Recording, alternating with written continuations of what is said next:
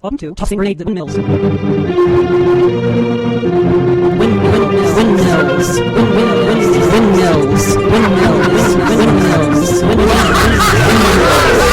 Windmills. Hi, my name is Matt Franklin. Tom's mic has died a horrible death, and he's asked me to take over for him for the podcast for a little while. We were introduced through our mutual friend, Andrew. Thanks, Andrew. All right, on to the podcast. This is the novel Grenademan vs. the Zombies by T.C. Ricks.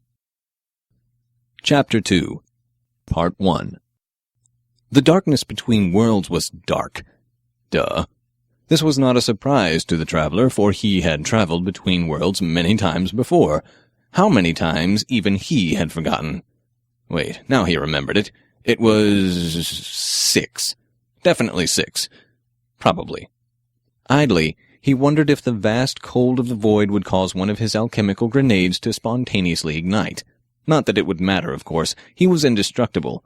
Or so he believed. There was a simple logic to this belief. He was good. Good always triumphed over evil. For good to triumph over evil, it must succeed.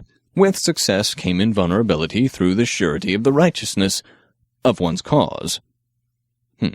The traveler appeared in a flash of light and flame. Taking immediate stock of his surroundings, he surmised that he was near a building.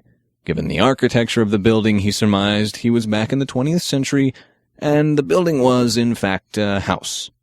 Being a human himself, he was able to make these leaps of logic with great ease and expertise.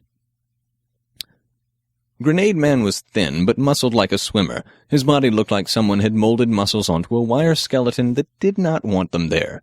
His olive-green mask covered his eyes and nose, leaving his chin and mouth uncovered. Dozens of differently colored grenades hung from 2 bandoliers that crossed over his chest.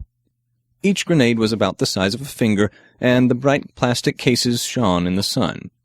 A small rapier dangled from his waist, along with a belt from which depended many smaller. Leather pouches.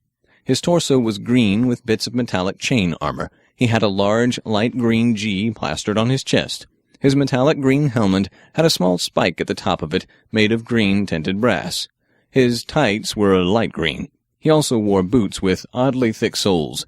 He looked like a demented ear of multicolored corn on legs. "Greetings, citizen. I am the mighty Grenademan.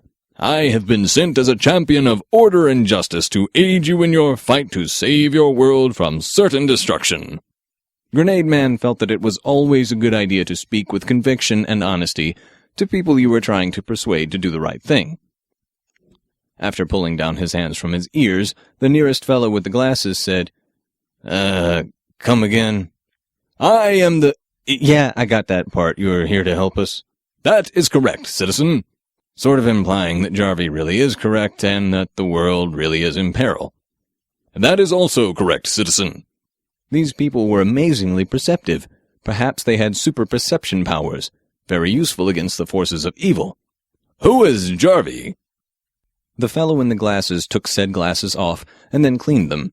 He squinted a moment as if trying to determine whether Grenademan was real or not, and then put the glasses back on. "That would be our former compatriot who vanished in a puff of smoke and brimstone about the same time you arrived. My name is Doc. This is Beads, Kevin, and Oscar. Oscar here is the moron that ended the world." Oscar frowned at Doc. "Shut up, old man. Can't you see that this is all part of the act?" Grenademan looked from one to the other. "I'm sorry, am I interrupting some kind of theatrical performance? While the fate of the world is at stake, never let it be said that I am not a patron of the arts. For are not the arts what constitutes civilization itself?" It was at this point that he noticed the large number of dead bodies on the ground. This was going to be an interesting bunch to work with. He was rather surprised that the bodies had not been blown to smithereens. It was a very efficient use of explosives on their part. Then he looked around at the lack of charred plant life and realized that they hadn't really been blowing up anyone at all. What had they done? Punched the zombies to death?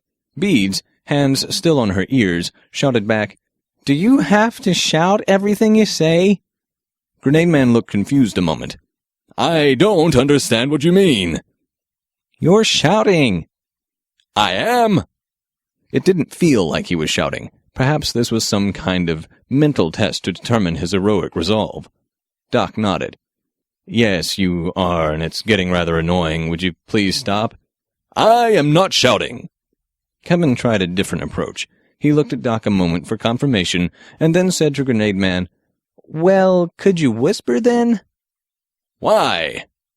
Kevin, grasping at straws, said, For justice? Well, of course, citizen. I would be happy to whisper for justice. It was evident to Grenademan that they had some kind of bat DNA mixed into their genomes. How else could one explain the overly sensitive hearing? Kevin looked at Doc and shrugged. Oscar waved them all off. He picked up the money off his foot and handed it to Beads. Well, we got this at least. Do you mind if I take $100 to pay for the cans I bought for the shelter? Doc shook his head. No, of course not. Thanks for your help. Kevin asked, Aren't we going to do anything about this, the end of the world? Grenademan said, We definitely should once you are done with your play. Doc looked at Grenademan. A look of comprehension came to his face. Obviously, he understood how much of a hero Grenademan was. So, you've been sent to help us against Jarvie, right? He is the champion of chaos. I have been sent here by order to stop him. Hadn't he just said that? Perhaps these people didn't have superpowers of perception after all. That was all right. Grenademan was prepared to help them anyway. If necessary, he could secure some radioactive waste and turn them into superheroes.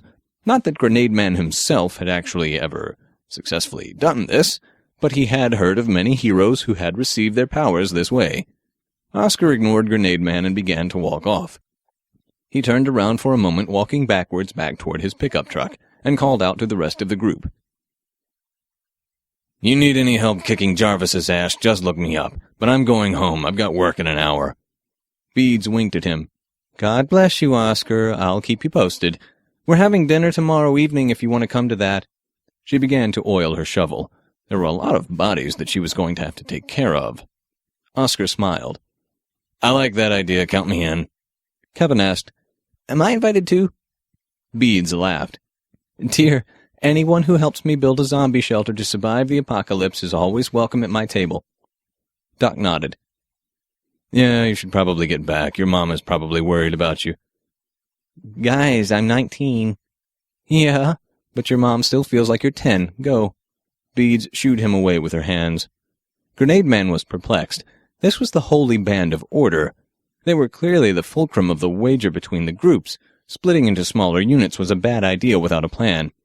But surely we must prepare for the inevitable apocalypse, he said. It is my job to keep all of you alive, so that chaos might not triumph. Doc closed his eyes. Grenademan saw him counting under his breath slowly until he finally spoke. I think we need to assess exactly what the situation is before we commit to some kind of a plan, don't you? Ah, this was perfectly comprehensible. One was always wise to assess things tactically, or perhaps strategically, when the forces of evil were afoot. Your words are wise, Doc. What, by the way, are you a doctor of? I myself have 3 doctorates, chemical engineering, as well as applied and theoretical chemistry. I have almost completed a doctorate in magicology and cosmology. Morgan says I have made rather amazing progress. How much of an assessment do you want? None right now, thanks. I think I need an evening to get my bearings. Grenademan looked rather concerned. His brow furrowed behind his mask as he looked at Doc. But every day that we do not prepare means many more people who will die. We need to coordinate our attack. We need to alert the relevant authorities and prepare a proper defense. Doc sighed and chuckled. Look, Grenademan. He seemed to have trouble saying Grenademan's name without being overwhelmed by the sheer power of it. Why don't you go alert the local authorities and come back tomorrow, okay? My fiancé and I need a night to kind of get a handle on things. As you will, Citizen Doc. It shall be done. Grenademan took note of the lack of an answer regarding actual doctorates. Obviously, the poor man had been afflicted with a nickname as a dwarf. Yet, strangely, he did not seem that short. It did not matter. Grenademan had a job to do. With a dramatic swirl of an imaginary cap, he saluted Doc and bounded down the dirt road toward the nearest city. He wasn't entirely sure where that was, but knew he would find one eventually. This has been the Tossing Grenades at Windmills podcast. I'm Thomas Ricks. Music by Melanie Ricks. Voices by Skip Huffman and Josie Bergen-Lawson. Copyright 2012, Red Anvil Amalgamated. To fight the forces of evil!